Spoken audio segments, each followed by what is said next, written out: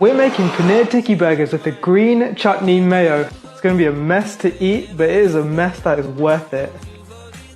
So worth it.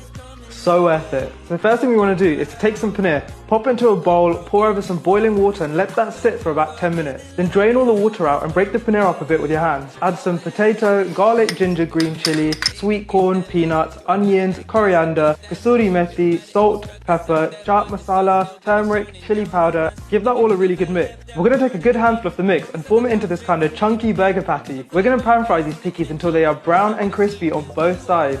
Alright, so to make the green chutney mayo, we're going to blend up some mayo, coriander, ginger, garlic and green chillies. Burger bun. Get yourself some nice buns or maybe make your own like I have. Top it with some green chutney mayo, the beetroot, cucumber, the tikki, some more mayo and finally some onions. And that's it, you're done. Serve these up with some fries, maybe some onion rings or even some tandoori veg.